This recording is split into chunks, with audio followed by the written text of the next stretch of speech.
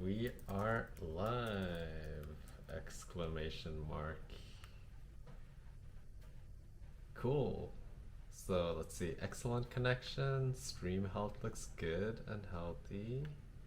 Nice, nice, nice. Welcome to the sixth brew of the Osmotic flow. And these beans over here, Lord and Lady. So today we're going back to the dark roast beans that we've been using, and we're gonna use the osmotic flow technique again and keep on improving our technique and just get better at the process because we're quite good at it now, kinda. Hey Mark, nice seeing you in the chat. How's it going? How's it going? So yeah, I hope everyone is having a stellar Monday. Like, I'm pretty psyched to get back on these beans. I've kind of played around with them a bit on the weekend here and there and just explored just a tad without you guys, but I'll show you what I've found and my technique now. So in a nutshell, where did we leave off at last time? I'm looking at my sheet over here, and we had a 1:13 brewing ratio, 20 grams of coffee, 260 grams of water, 80 degrees water temperature, and a 37 grind size. However, today, we're gonna do something different. We're gonna up the dose by 5 grams because I want to get a bigger dose of coffee and I want to be able to get as close as possible to the coffee bed. And I think by increasing the dose of coffee, I'll be able to pour even closer to the coffee bed, making it so that the pour will be way steadier. So this is the recipe over here, 1:13 brewing ratio, 25 grams coffee, 325 grams water, water temperature of 80 degrees Celsius, and grind size of 37. Yeah, Mark, I'm doing pretty good. I'm actually just uploading the Osmotic Flow video right now as we speak, and right after this video live stream over here, I'll go over there and publish it and post it on all of the channels. So it'll be a good time to see the Osmotic Flow guide together with a live stream or right after a live stream. So yeah, been just hustling on that video throughout the weekend, and I'm pretty happy with it. But yeah, things are going good. Thanks for asking. So yeah, let's just get straight into it. We need to grind 25 grams of coffee, and let's move it into a brew cam. Yoink. Oh, I have it on follow. There we go. Yeah. So we're using 80 degrees Celsius water because it's a darker roast, and dark roasts are usually better at using or being brewed with lower water temperatures. What happens if you use a high water temperature with the dark roast is that you get a lot of the compounds that you kind of don't want in a dark roast, and it becomes really easily over extracted, bitter, harsh, and not enjoyable. Yeah, no worries. I don't mind repeating myself. So let's measure out our beans.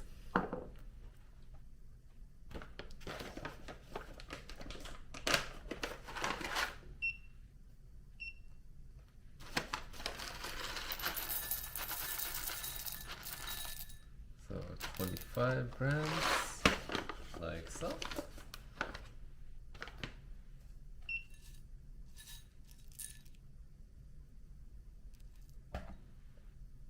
And we'll grind it. Make sure that it's on 37. Cool, cool.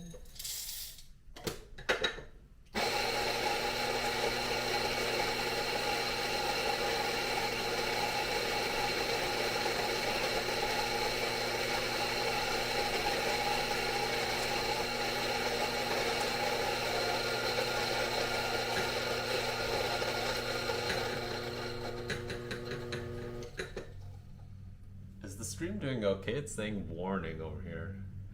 Lower than recommended bitrate.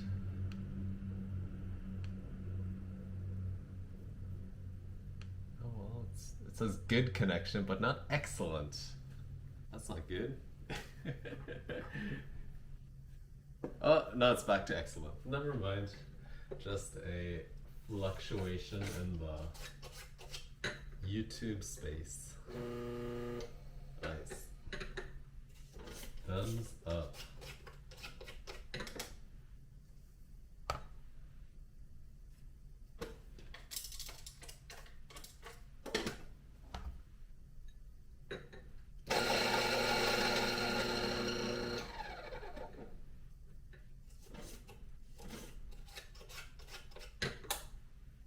Okay.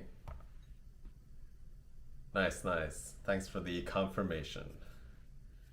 Sometimes you don't know, like it's really hard. Like I remember that one time where I just live streamed a whole brew to no one because of me not turning it on. So I'm glad that I'm getting a bit better at noticing these things, you know?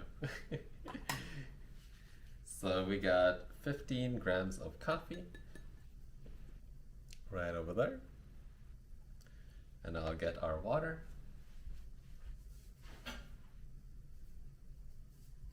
Right over here. And right now it just came off a boil, so I'm gonna cool it down a tad.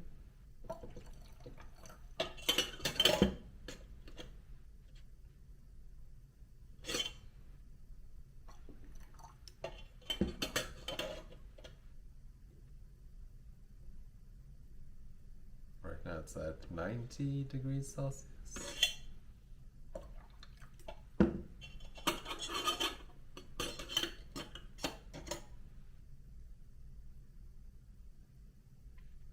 Okay, 85, another dash. Excellent.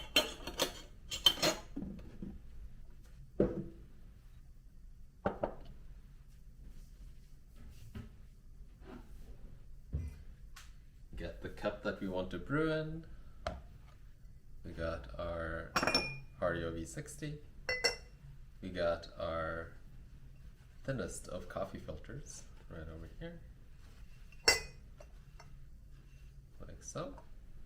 And then we preheat.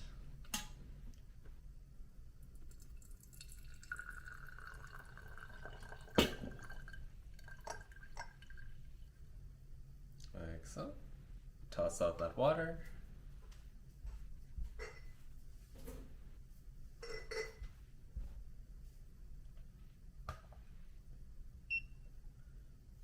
Pour in our 25 grams of water, of grinds, like so. Shake it out to level the bed. And let's begin. So we'll be pouring initially around 3 times the amount of dose of coffee for water for the bloom. So around like 60 grams of water. And then we'll be pausing for a bit, around 5 seconds. And then we'll be pouring all the way up to around 130 or 140 grams of water, which is around 1/3 of the total water amount. And then we'll be pouring all the way up to 325. So let me show you how it goes. Start the timer, pour the bloom amount.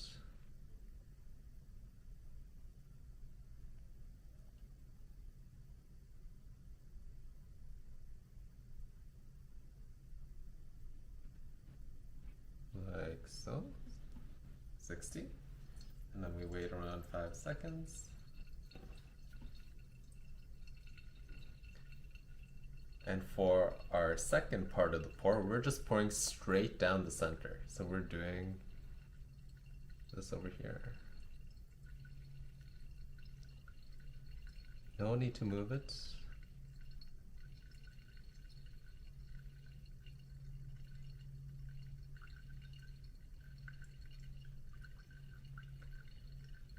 Filling it up.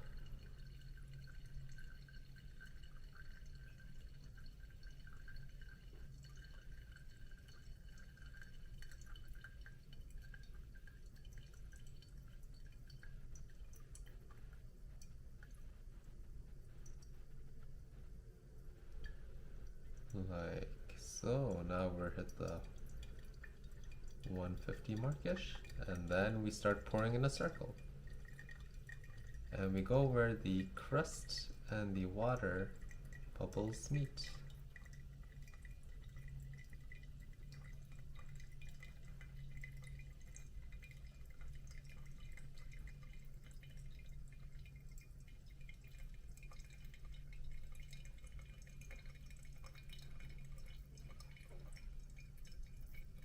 And we're continuously pouring in a circle all the way up to 325 grams of water, which is the amount that we want to brew with.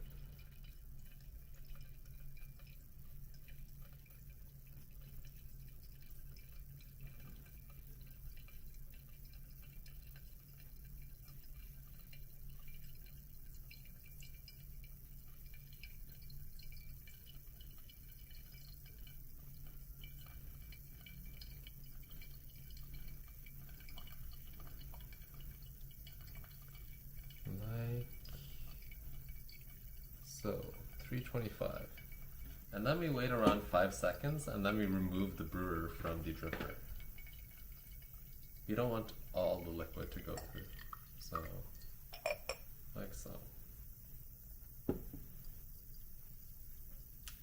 And that's it.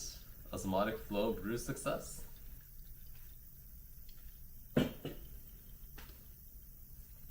So things to be on the lookout for. We look at our coffee bed. We make sure that it has a nice, solid, thick crust around the edges. There's a lot of CO2 degassing in the center, and you want to make sure that it's even around, and also that it just has the integrity of a crust so it doesn't like collapse on itself. And yeah, solid looking coffee bed. So the reason why we're not doing all of the liquid is that the osmotic flow is all about creating a, here, let me move it up here. From what I read online and saw through these tutorials, the osmotic flow technique is all about creating a pressure difference or concentration difference between two liquids. So the center water that I'm pouring and the outs is more concentrated. And if you just fully drain it out and use the last bits and pieces of the brewer that comes out, then it'll have those harsher compounds that you don't want in the cup. It's kind of like how people say don't fully press your AeroPress all the way through, because then you'll get those more sedimenty parts into your cup. And that is also the same here with the osmotic flow technique, where you don't want to have those final few drips into your cup because they're usually more concentrated and have harsher compounds. But to be honest, I haven't done any research on it, but a lot of like people who use the osmotic flow say, yeah, you can like remove it when you've hit the correct water amount. So it's more about following the masters and learning from their steps.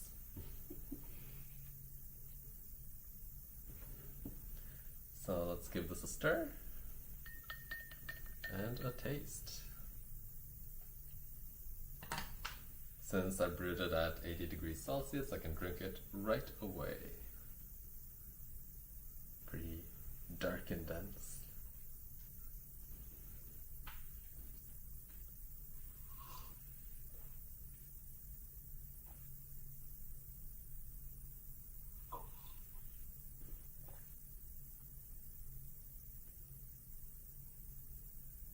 I think it's really good. So, you know when people say, I want a rich and like full-bodied cup of coffee? This is like a rich and full-bodied cup of coffee. It's very viscous, it's very thick. The bitters, it has a bitterness to it, but it's not like overpowering, but it's kind of like there and kind of pleasant.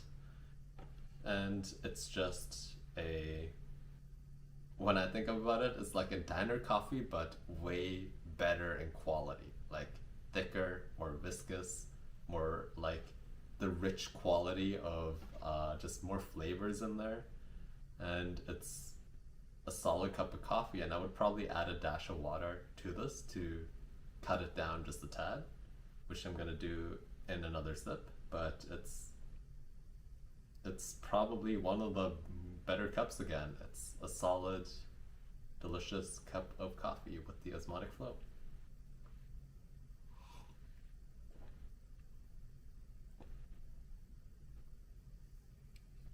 Like, I don't know.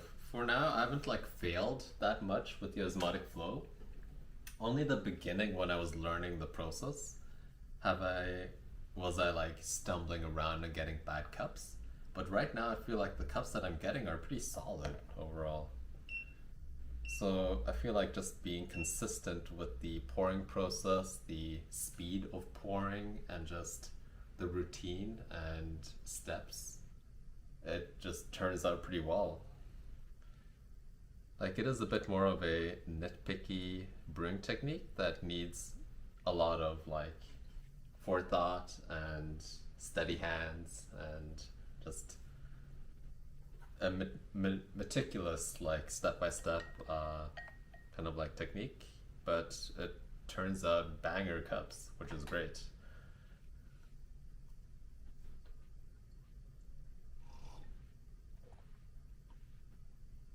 Yeah, Mark, go and make a osmotic flow cup.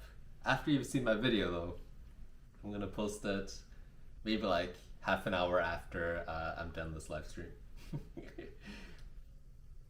So, yet again, the dash of water does a lot for me. It makes it a bit more pleasing and pleasant, but it doesn't have those intense notes that I initially enjoyed.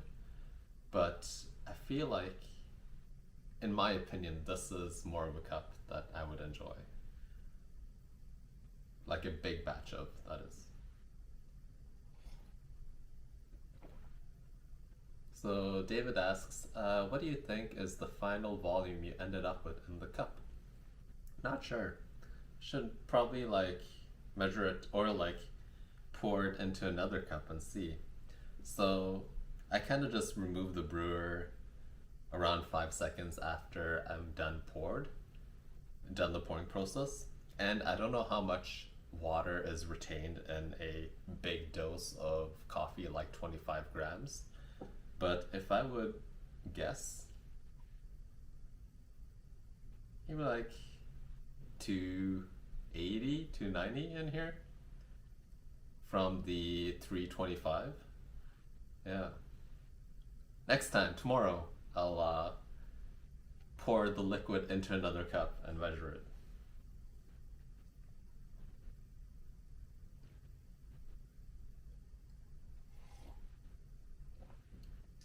Like, there is this debate regarding if you want to measure the liquid in the cup, meaning have a device that is levitating over the brewer, like so, or having it on the cup.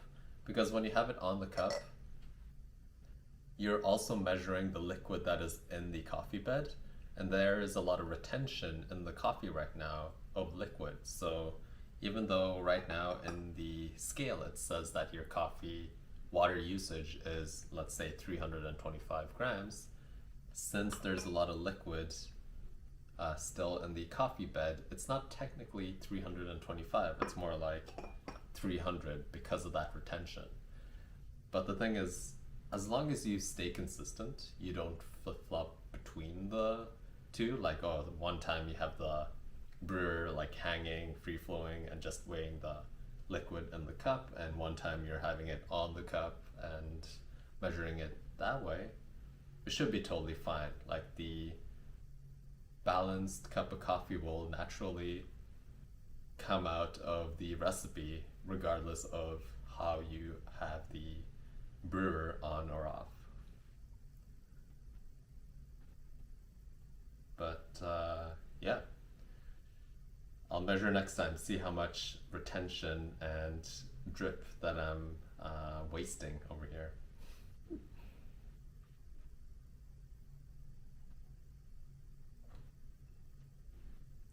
I'm starting to enjoy dark roasts more. And throughout my whole life, like coffee life, it started off with really bad coffee and then all specialty like light roast coffees for like 5, 6 years.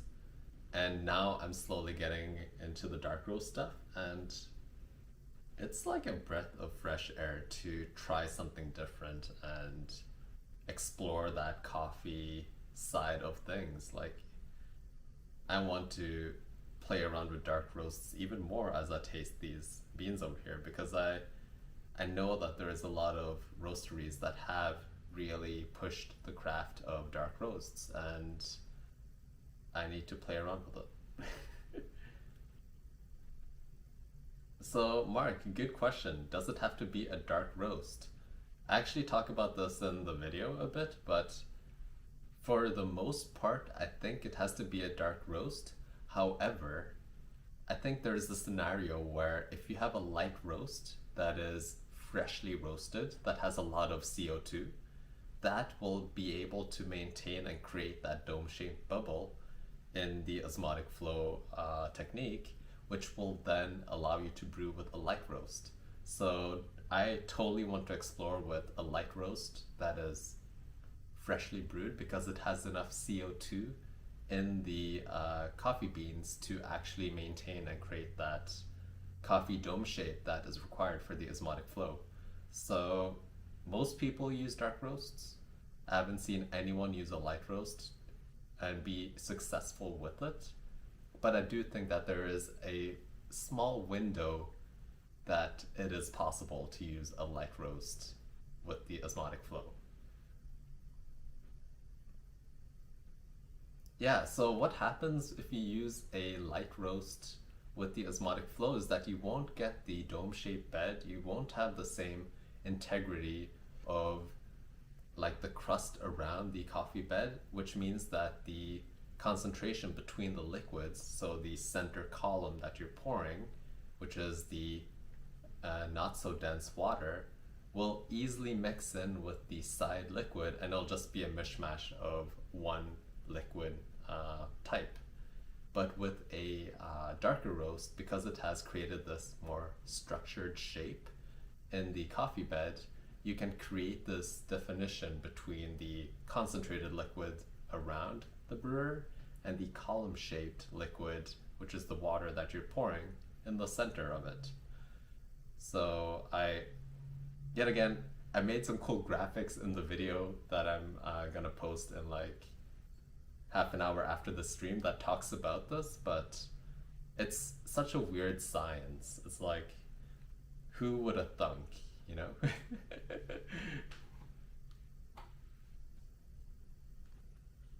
So let's see. David says, with light roasts, I find the ratio accentuates the acidity too much. I like a full-bodied dark roast, but not a full-bodied light.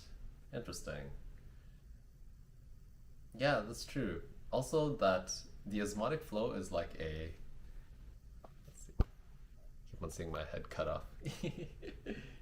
The osmotic flow technique is a low extraction method compared to other techniques, and I agree that it just thrives in lower brewing ratios where the focus is on the body more than the interesting acidities and nuances that you would get from a higher ratio and a thinner and tea-like texture of a cup compared to a more viscous and thick cup.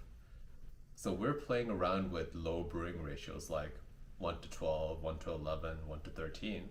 But if you want to have those acidity accents that are pleasing, that aren't like harsh in your mouth, you want to go up into the 1 to 16, 1 to 17, 1 to 18 range so that it actually doesn't feel too intense on your mouth, because those acidities are pretty harsh.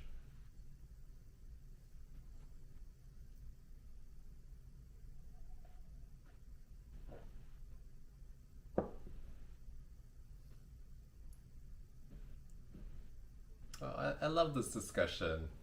It's so nice. I love both you jamming out to coffee. But yeah, I think there's a lot to learn with the osmotic flow, and I really hope that the Western world and like everyone who's so hyped into light roasts right now slowly get into dark roasts too. It's like such a shame that we haven't explored it enough. Like light roast and third wave coffee is such a new phenomena, and we're just head over heels on it right now and we love it so much. However, there's also this whole like history we have with dark roast coffee from the first and second wave of coffee that we need to explore and we need to play around with and see if we can learn some new things from that to bring to our craft. I just keep on thinking about how the cafes that I've been working at are always so hyper focused on the lightest of roasts and pushing it further in that side, so the lighter side, but kind of ignore and forget the darker side of coffee, which is really a shame because there's nuance and delicious cups that can be found on this whole spectrum of coffee roasts.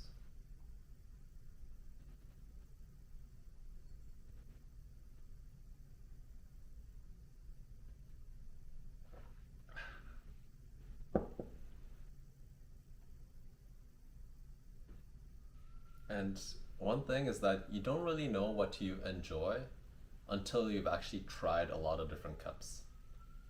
It's easy to scoff coffee off and be like, oh, I just had this one cup and I don't like coffee. But just like any other beverage out there, there's just so much nuance and variety within coffee that you can play around with. And being able to explore and like taste those different types of coffee is really a blessing.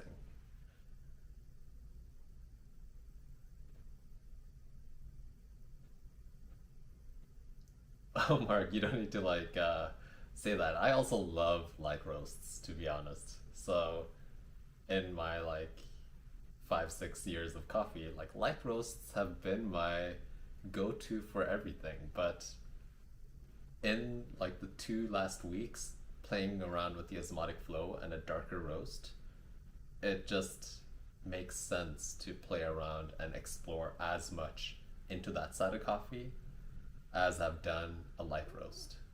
And I really want to learn more from, the old grandpa masters that are like living in like these nooks and crannies in Japan, just brewing their like 1 2 cups for their customers and giving it out there. Like there must be so much knowledge in their brains that just can't be translated that easily and showcased to the world. And those small nuggets is kind of like what I want to tap into. Like, like people are brewing amazing coffee with all roast levels around the world, and we just need to be curious and play around with what they're doing because obviously they have a craft that they've mastered and that they create really good coffee with. So let's get in there and learn something from them.